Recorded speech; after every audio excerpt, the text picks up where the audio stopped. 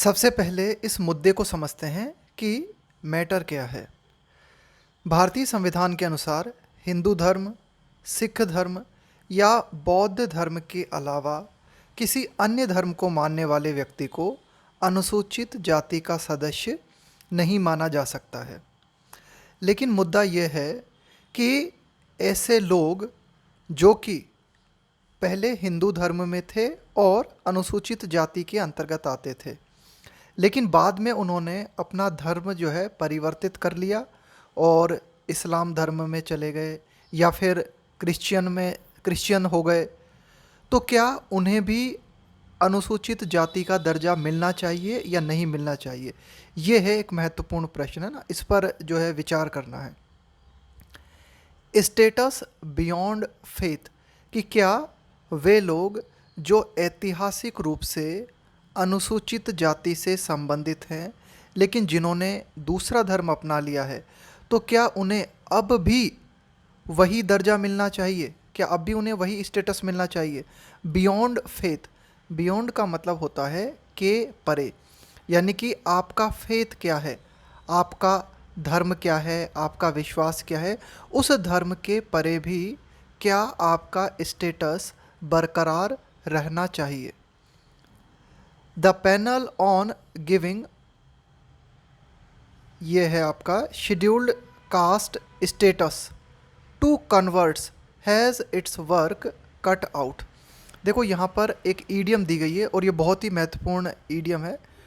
To have your work cut out, यहाँ पे देखना, to have your work cut out, इसका मतलब ये होता है कि कोई काम आपके सामने है और it will be a very difficult task, it will be a very difficult task. To have one's work cut out, इसका मतलब होता है कि कोई काम आपके सामने है और ये बहुत ही चुनौतीपूर्ण काम होगा।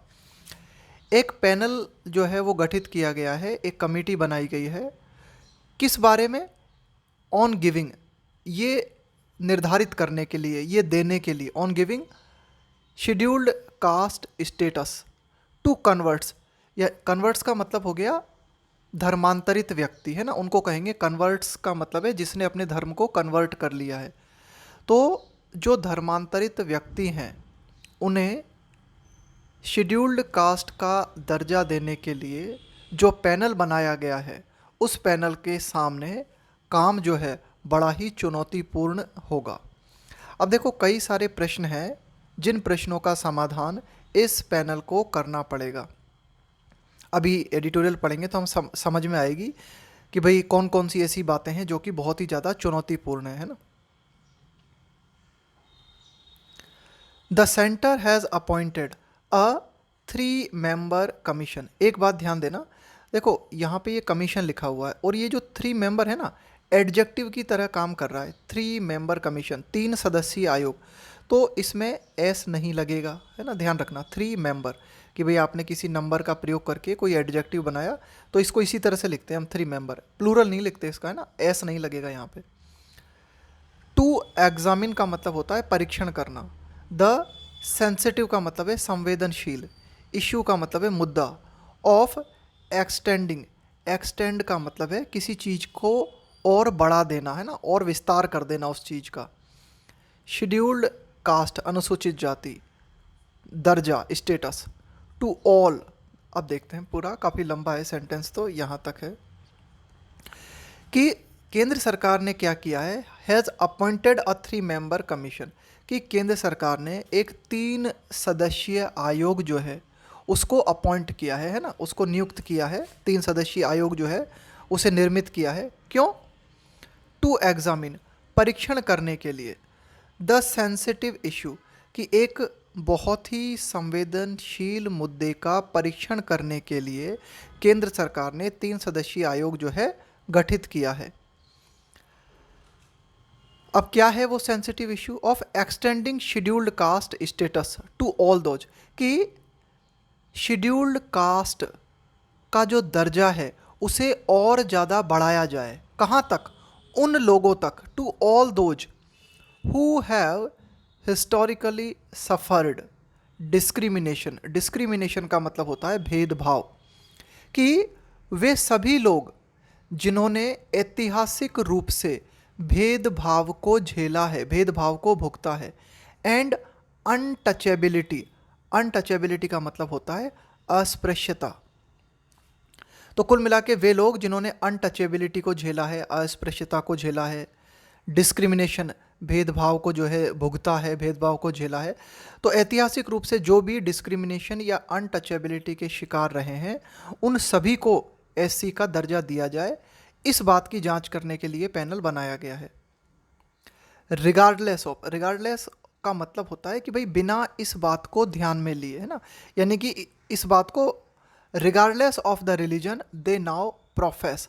प्रोफेस का मतलब होता है कि क्लेम करना। प्रोफेस का मतलब है कि जैसे आप कहो कि भाई आप इस धर्म को प्रोफेस करते हो, यानी कि आप इस धर्म को मानते हो। तो प्रोफेस करने का मतलब हम कह सकते हैं डिक्लेयर करना, या अपने विश्वास की किसी धर्म के प्रति पुष्टि करना।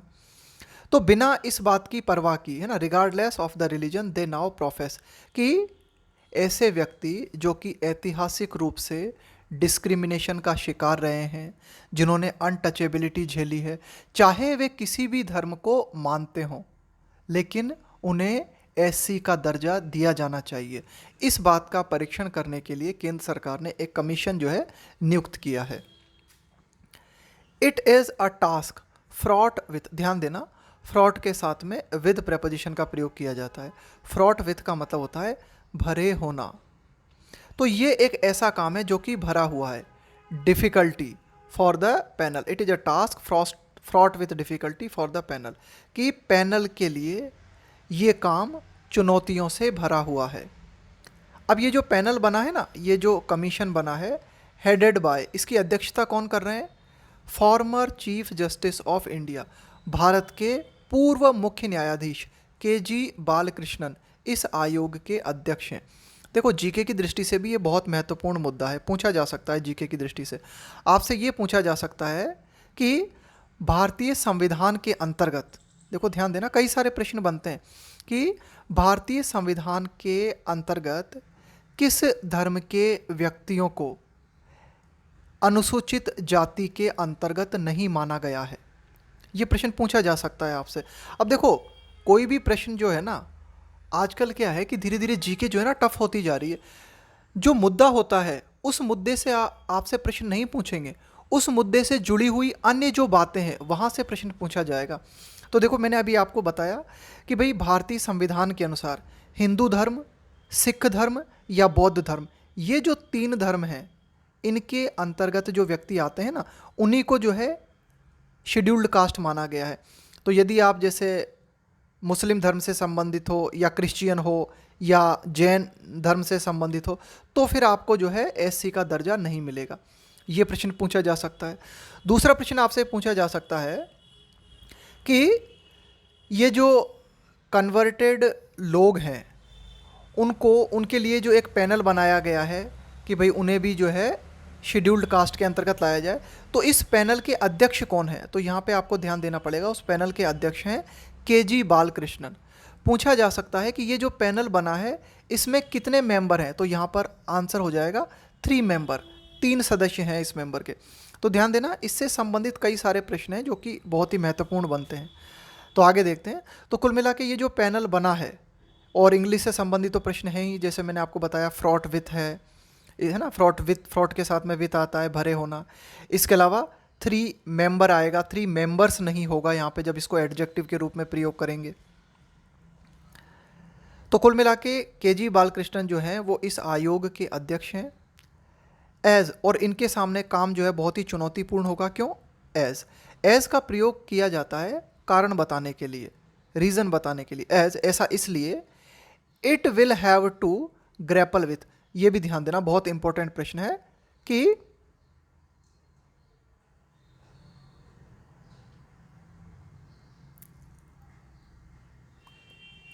हाँ, इस चीज़ को ध्यान देना, ये जो लिखा हुआ है ना, ये ग्रेपल विथ, है ना, बहुत इंपॉर्टेंट है ये ग्रेपल विथ भी। जिस तरह से आपका फ्रॉट विथ आया था ना, उसी तरह से ये भी बहुत इंपॉर्टेंट है, ग्रेपल विथ।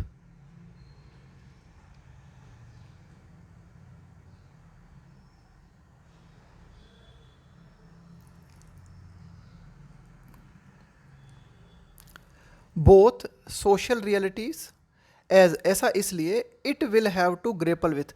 ग्रेपल विथ का मतलब होता है जूझना, जूझना, है ना, संघर्ष करना। Grapple with both social realities. देखो, केजी बालकृष्णन की अध्यक्षता में जो पैनल बना है उसको कई समस्याओं से जूझना होगा, कई स्तर पे उसको जूझना होगा। क्या क्या समस्याएं हैं उनके सामने? सोशल रियलिटीज़ की जो सामाजिक वास्तविकता है उसे भी देखना होगा, एंड आइडियोलॉजिकल ऑब्जेक्शंस। इसके अलावा जो विचारधाराओं से संबंधित, ऑब्जेक्शन का मतलब है कि भाई आप आपत्ति, है ना, आपकी आपत्ति क्या है। तो कुल मिला के ये जो काम किया जा रहा है कि अन्य धर्मों के जो लोग हैं उन्हें भी एससी का दर्जा दिया जाए, तो इसका विरोध भी कई जगह किया जा रहा है ना, कई लोग जो हैं इसका ऑब्जेक्शंस भी कर रहे हैं। ऑब्जेक्शंस इसलिए हैं कि मान लो सभी धर्मों के जो लोग हैं अगर उनको भी एससी का दर्जा मिल जाता है तो इससे क्या होगा? इससे ये होगा कि बहुत ही बड़े पैमाने पर जो है लोग कन्वर्ट हो सकते हैं। भाई अभी तो क्या है, जैसे कि मान लो हिंदू धर्म में या सिख धर्म में या बौद्ध धर्म में जो लोग हैं वे इसलिए कन्वर्ट नहीं होते क्योंकि उन्हें पता है कि अगर हम कन्वर्ट हो गए तो फिर हम जो है अनुसूचित जाति में नहीं रहेंगे। लेकिन अगर इस बात को और एक्सटेंड कर दिया जाता है कि सभी धर्मों में जो बहुत ही, आप कह सकते हो कि जिन्होंने अनटचेबिलिटी को झेला है, डिस्क्रिमिनेशन झेला है, उन्हें अगर एससी का दर्जा मिल जाता है तो फिर इससे कन्वर्जन को बढ़ावा मिलेगा, है ना, एक बड़े स्तर पे। तो कई लोग जो हैं ना, तो विचारधाराओं का भी विरोध हमें देखने को मिलेगा। तो कुल मिला के ये जो पैनल है केजी बालकृष्णन की अध्यक्षता वाला, इन्हें जो है इनको कई समस्याओं से जूझना होगा, सामाजिक वास्तविकताओं को देखना होगा, इसके अलावा कई आइडियोलॉजिकल ऑब्जेक्शंस हैं उनका सामना करना होगा, वाइल, जबकि, तो ये तो काम इनको करने ही होंगे, इन समस्याओं से जूझना होगा। साथ ही साथ एड्रेसिंग, एड्रेस करने का मतलब होता है किसी समस्या का समाधान करना। एड्रेसिंग द कोर, कोर का मतलब है यहाँ पे मूल, एड्रेसिंग द कोर क्वेश्चन। और जबकि, है ना, इस जो मूल प्रश्न है उसका समाधान करते हुए केजी बालकृष्णन की अध्यक्षता वाला जो आयोग है उसे सामाजिक वास्तविकताओं और आइडियोलॉजिकल ऑब्जेक्शंस का भी सामना करना होगा। तो मूल प्रश्न जो है ना, कोर क्वेश्चन जो है, मूल प्रश्न यही है कि क्या ऐसे लोग जो कि ऐतिहासिक रूप से डिस्क्रिमिनेशन के शिकार रहे हैं, अनटचेबिलिटी के शिकार रहे हैं, उनको पर्टिकुलर धर्म के परे भी क्या एससी का दर्जा दिया जाना चाहिए।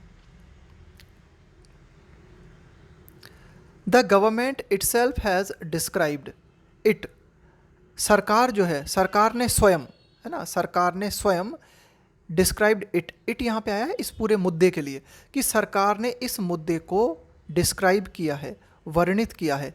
किस रूप में? एज का यहाँ पे प्रयोग किया गया है, रूप में ना, किस रूप में? एज अ सेमिनल, सेमिनल का मतलब होता है बहुत ही महत्वपूर्ण, एंड हिस्टोरिकली कॉम्प्लेक्स, हिस्टोरिकली का मतलब हो गया ऐतिहासिक रूप से, कॉम्प्लेक्स का मतलब है जटिल, सोशियोलॉजिकल एंड कॉन्स्टिट्यूशनल क्वेश्चन। तो सरकार ने स्वयं इस पूरे मुद्दे के बारे में, है ना, सरकार ने इस पूरे मुद्दे को जो है इस रूप में वर्णित किया है कि ये मुद्दा सेमिनल है, बहुत ही महत्वपूर्ण है, ऐतिहासिक रूप से बहुत ही जटिल समाजशास्त्रीय मुद्दा है और ऐतिहासिक रूप से बहुत ही जटिल एक संवैधानिक प्रश्न है। This is not the first time, ये पहली बार नहीं है, दैट कि the issue has come up.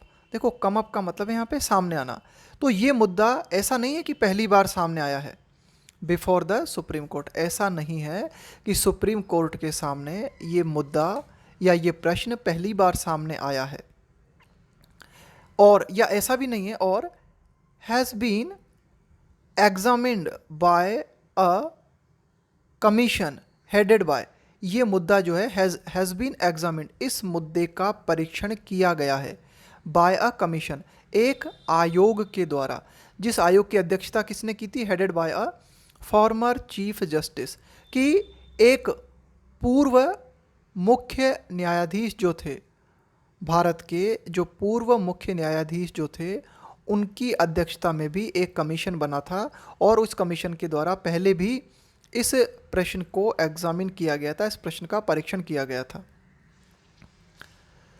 अब ये देखो, ये यहाँ से लेकर और यहाँ तक ये जो बात लिखी हुई है, ये एक एडिशनल जानकारी है। द पैनल्स अपॉइंटमेंट, की वर्तमान में केजी बालकृष्णन की अध्यक्षता में ये जो पैनल की नियुक्ति की गई है, तो ये पैनल नियुक्त हुआ है, comes in the wake of, in the wake of का मतलब होता है को फॉलो करते हुए, के परिणाम स्वरूप, of the court asking the centre to clarify its position on the issue. तो ये पैनल जो है नियुक्त किया गया है के परिणाम स्वरूप, कि सुप्रीम कोर्ट के द्वारा केंद्र सरकार को पूछा गया, the court asking the centre, यानी कि कोर्ट के द्वारा सेंटर को पूछा गया, to clarify its position, court ने केंद्र सरकार से कहा कि केंद्र सरकार जो है अपनी स्थिति को इस मुद्दे पर स्पष्ट करे।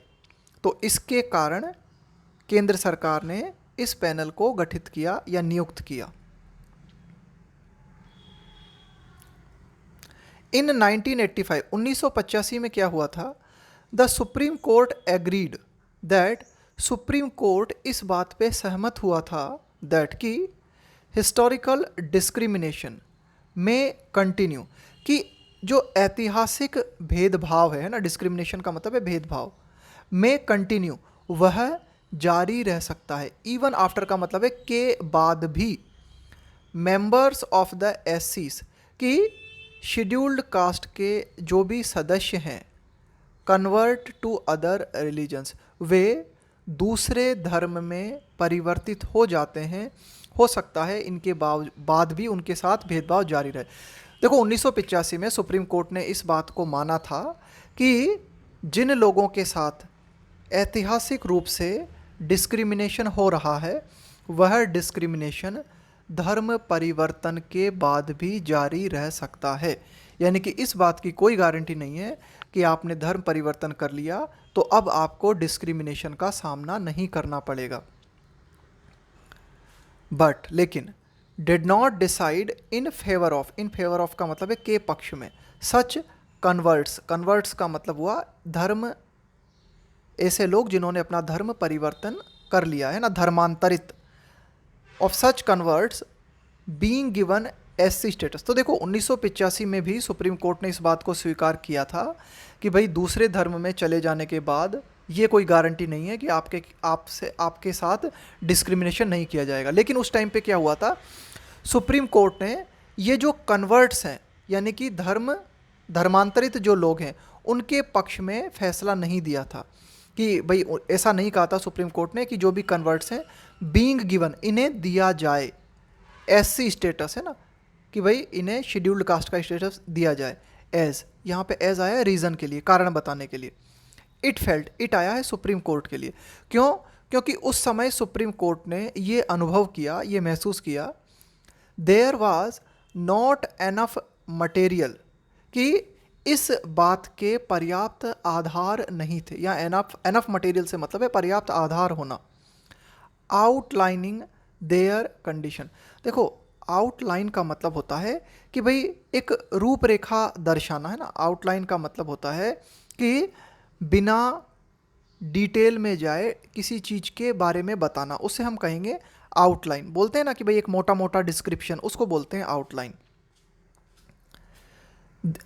Was not enough material outlining there condition after conversion. भाई सुप्रीम कोर्ट ने उस समय ये कहा था कि कन्वर्जन के बाद, यानी कि धर्म परिवर्तन के बाद उन लोगों की स्थिति क्या है, यानी कि जिन लोगों ने धर्म परिवर्तन किया, धर्म परिवर्तन के बाद उन लोगों की स्थिति क्या है, तो उनका, है ना, उसकी एक आउटलाइन तो होनी चाहिए ना, एक मोटा मोटा डिस्क्रिप्शन तो होना चाहिए ना। तो पर्याप्त रूप से उनकी स्थिति क्लियर नहीं थी कन्वर्जन के बाद, इसलिए सुप्रीम कोर्ट ने उस समय एससी के पक्ष में फैसला नहीं दिया था, है ना। तो कुल मिला के इस तरह के जो कन्वर्ट्स हैं, इन कन्वर्ट्स को सुप्रीम कोर्ट ने एससी कैटेगरी के अंतर्गत नहीं रखा था। और ऐसा इसलिए किया था सुप्रीम कोर्ट ने क्योंकि सुप्रीम कोर्ट ने ये माना था कि भाई there was not enough material, की पर्याप्त आधार नहीं था इस बात का, जो कि इस बात की आउटलाइन दे ना। आउटलाइन का मतलब ध्यान में रखना, आउटलाइन का मतलब हुआ एक जनरल डिस्क्रिप्शन, एक सामान्य वर्णन कि कन्वर्जन के बाद इन लोगों की समाज में स्थिति क्या है, उसका एक आपके पास मोटा मोटा आइडिया होना चाहिए ना।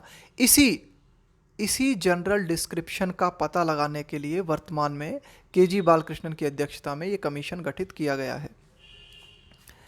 It is to be welcomed, अब ये बात जो है स्वागतपूर्ण है, इस बात का स्वागत होना चाहिए, दैट कि the Balakrishnan commission has been asked, कि जो बालकृष्णन आयोग है उससे ये बात पूछी गई है स्पेसिफिकली, है ना, विशेष रूप से इस बात के लिए केजी बालकृष्णन आयोग को कहा गया है कि केजी बालकृष्णन आयोग जो है टू एग्जामिन, वो इस बात का परीक्षण करे the changes that Dalits go through का मतलब होता है किसी बात को अनुभव करना, उस चीज़ से गुजरना, उसे बोलते हैं गो थ्रू। तो भाई मिस्टर केजी बालकृष्णन वाला आयोग जो है उसे इस बात का परीक्षण करने के लिए कहा गया है कि जो दलित्स हैं उन्हें किन परिवर्तनों से गुजरना पड़ता है आफ्टर कन्वर्जन, धर्मांतरण के बाद उन्हें, यानी कि ये जो दलित्स हैं उन्हें किन परिवर्तनों से गुजरना पड़ता है।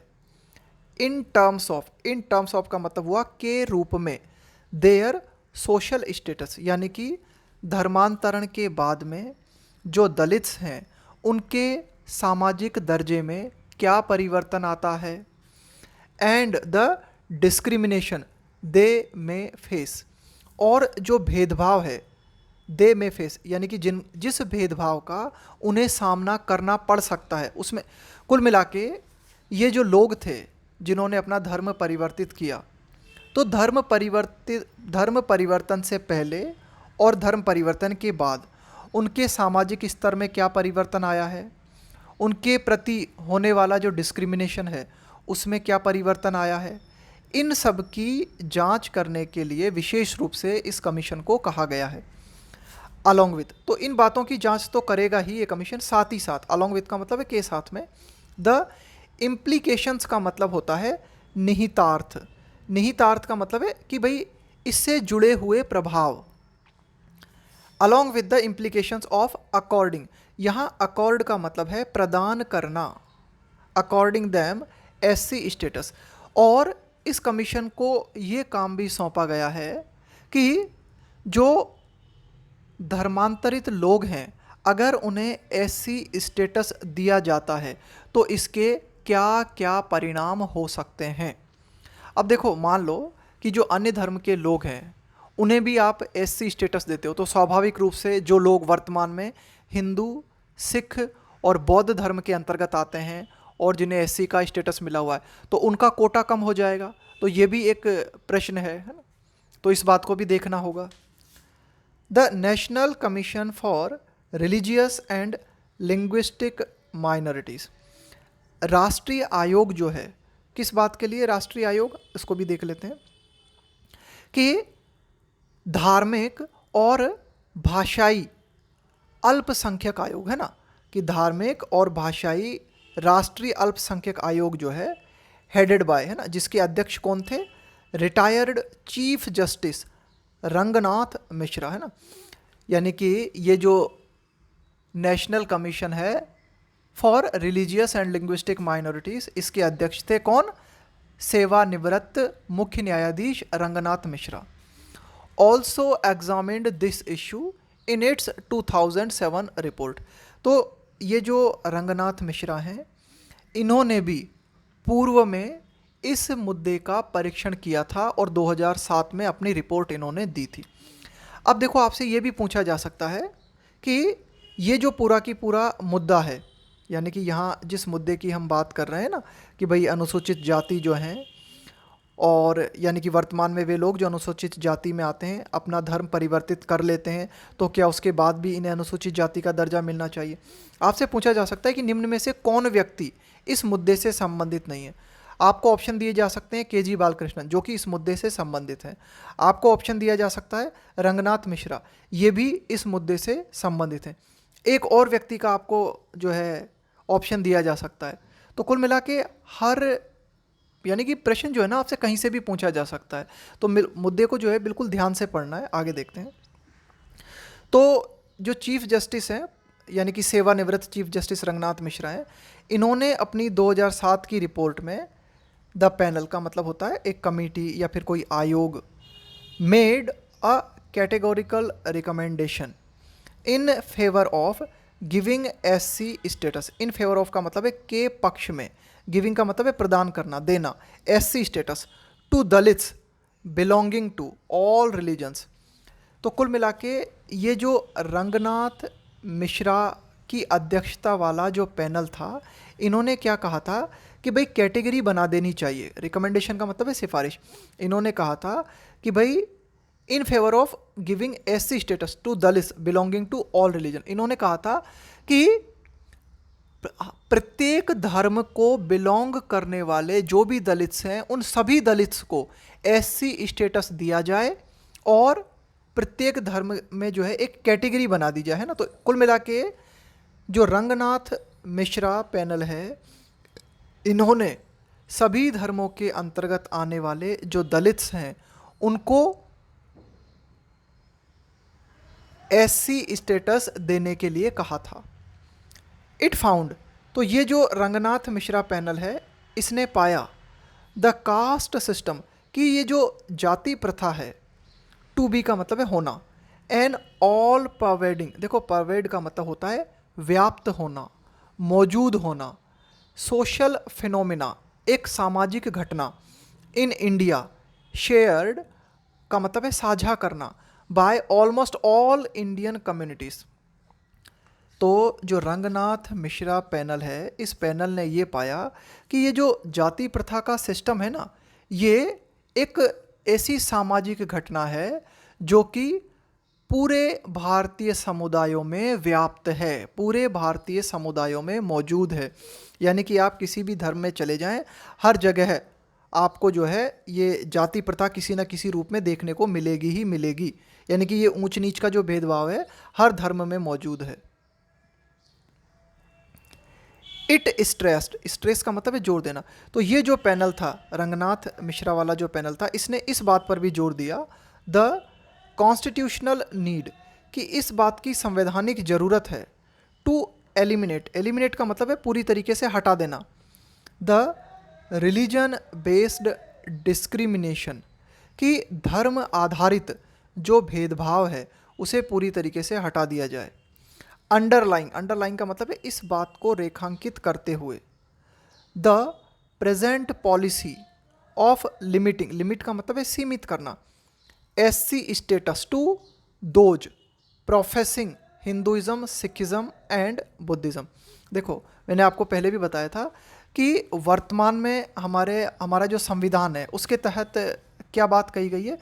वर्तमान में जो पॉलिसी है उस पॉलिसी के तहत जो एससी स्टेटस है उसे सीमित किया गया है। किन लोगों तक? उन लोगों तक, है ना, दोज प्रोफेसिंग, है ना। तो यहाँ पे प्रोफेस का मतलब मैंने आपको बताया था डिक्लेयर करना, है ना।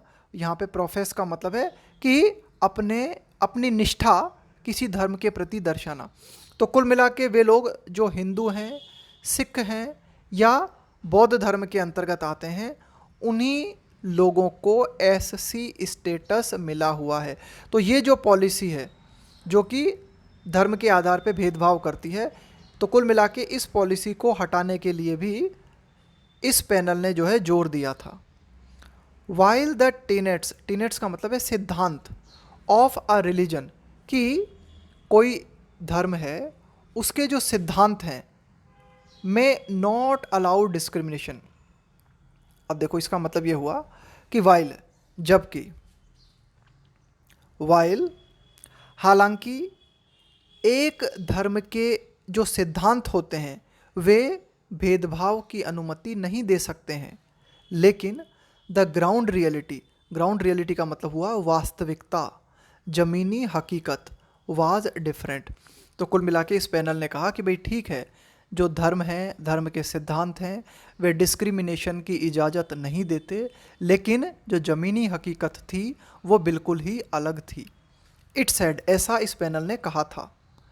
द मेन काउंटर व्यूज़, अब देखो ठीक है, ये रंगनाथ मिश्रा जो पैनल था उसके द्वारा ये बातें कही गई। अब इनके विरोध में जो बातें कही गई, काउंटर आर्ग्यूमेंट्स, काउंटर व्यूज़ का मतलब है कि आपने व्यूज़ दिए, अब मैं उन व्यूज़ के अगेंस्ट अपने व्यूज़ दे रहा हूँ, तो इनको कहेंगे काउंटर व्यूज़। तो जो मुख्य काउंटर व्यूज़ हैं वेल नोन, तो वे भी जो है वेल नोन है। वेल नोन का मतलब है सभी को पता होना, सभी को मालूम होना। डिस्क्रिमिनेशन एंड डिप्राइवेशन, देखो डिप्राइव करने का मतलब होता है किसी को वंचित करना। बीइंग का मतलब है होना। द कॉन्सिक्वेंसेस का मतलब है परिणाम, खास करके नेगेटिव परिणाम of the caste based Hindu social order. अब देखो ये जो डिस्क्रिमिनेशन है और यानी कि ये जो भेदभाव है या डिप्राइवेशन है, डिप्राइवेशन का मतलब है ये जो वंचित होना है ना, कि भाई जो चीज़ आपको मिलनी चाहिए वो चीज़ आपको नहीं मिल पा रही, तो इसका मतलब है आप उस चीज़ से डिप्राइव्ड हो, है ना, आप उस चीज़ से वंचित हो। आगे देखते हैं। Being the consequence of caste based Hindu social order, कि जाति आधारित जो हिंदू समाज की व्यवस्था है, हिंदू सोशल ऑर्डर है। हिंदू सोशल ऑर्डर से मतलब यहाँ हुआ यहाँ पे कि जाति आधारित जो हिंदू सामाजिक व्यवस्था है उसके परिणाम के कारण हमें हिंदू धर्म में डिस्क्रिमिनेशन और डिप्राइवेशन देखने को मिलता है।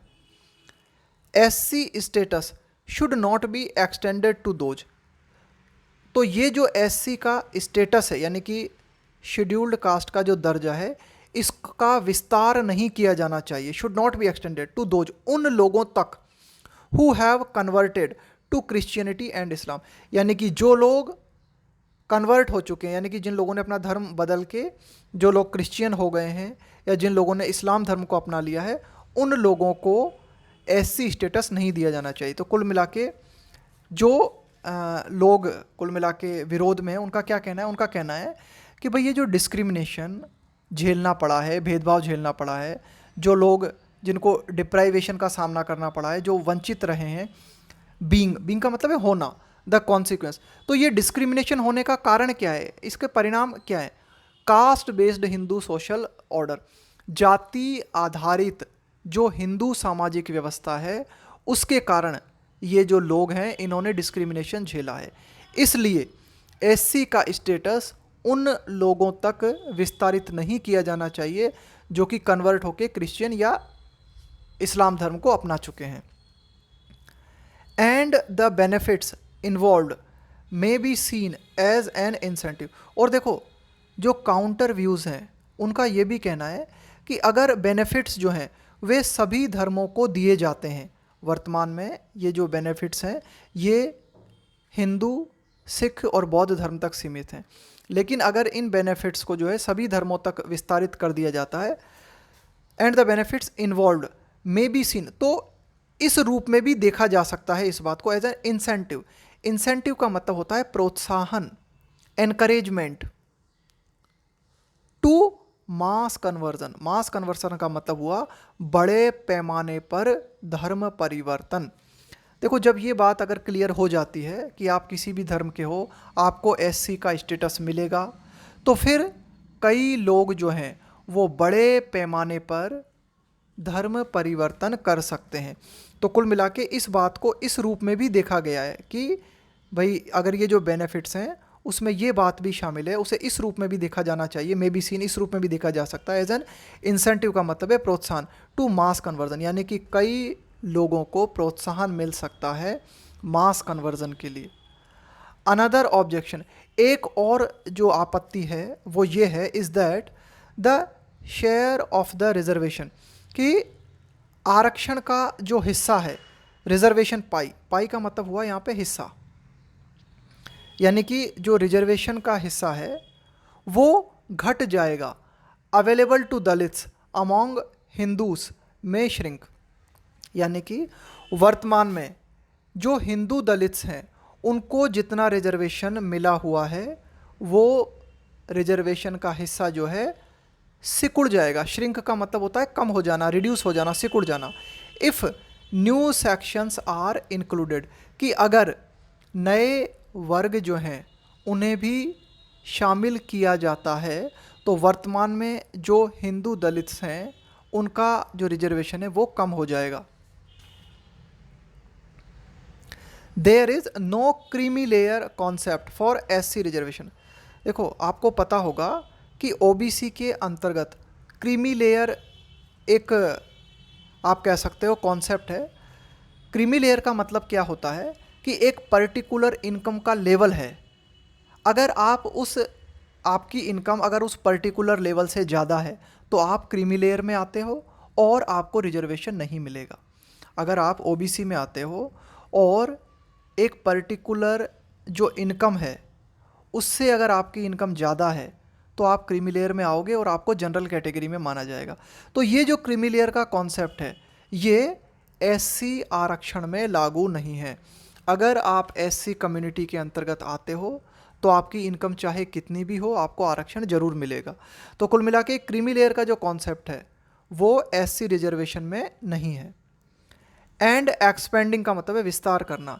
इट्स स्कोप, स्कोप का मतलब हुआ यहाँ पे संभावना, may be to the disadvantage. और अगर ये जो एससी रिजर्वेशन जो है इसको अगर एक्सपेंड किया जाता है तो है ना, इसे कोई अगर एक्सपेंड किया जाता है its scope may be to the disadvantage, तो हानि हो सकती है, नुकसान झेलना पड़ सकता है किन लोगों को, ऑफ द करंट बेनिफिशियरीज, कि जो वर्तमान एससी रिजर्वेशन के अंतर्गत लाभ प्राप्त करता है। बेनिफिशियरीज का मतलब हुआ लाभ प्राप्त करता, या आप कह सकते हो हितग्राही। तो वर्तमान में जो एससी रिजर्वेशन के अंतर्गत बेनिफिशियरीज हैं उनको नुकसान हो सकता है अगर एससी रिजर्वेशन के स्कोप को और ज़्यादा एक्सपेंड किया जाता है। द कमीशन, तो कुल मिला के जी बालकृष्णन की अध्यक्षता में ये जो आयोग निर्मित किया गया है इस आयोग को क्या करना होगा, will have to come up with. इसका मतलब होता है कोई सॉल्यूशन लेके आना, कोई नया विचार लेके आना, with a definitive study. Definitive का मतलब हुआ फाइनल, निर्णयात्मक study of these complex issues. तो देखो ये सारी की सारा पूरा की पूरा मुद्दा हमने पढ़ा, इससे जुड़ी हुई चुनौतियां हमने समझी, प्रॉब्लम्स हमने समझी। तो कुल मिला के जो सारे की सारे मुद्दे हैं बड़े ही कॉम्प्लिकेटेड और बड़े ही जटिल हैं।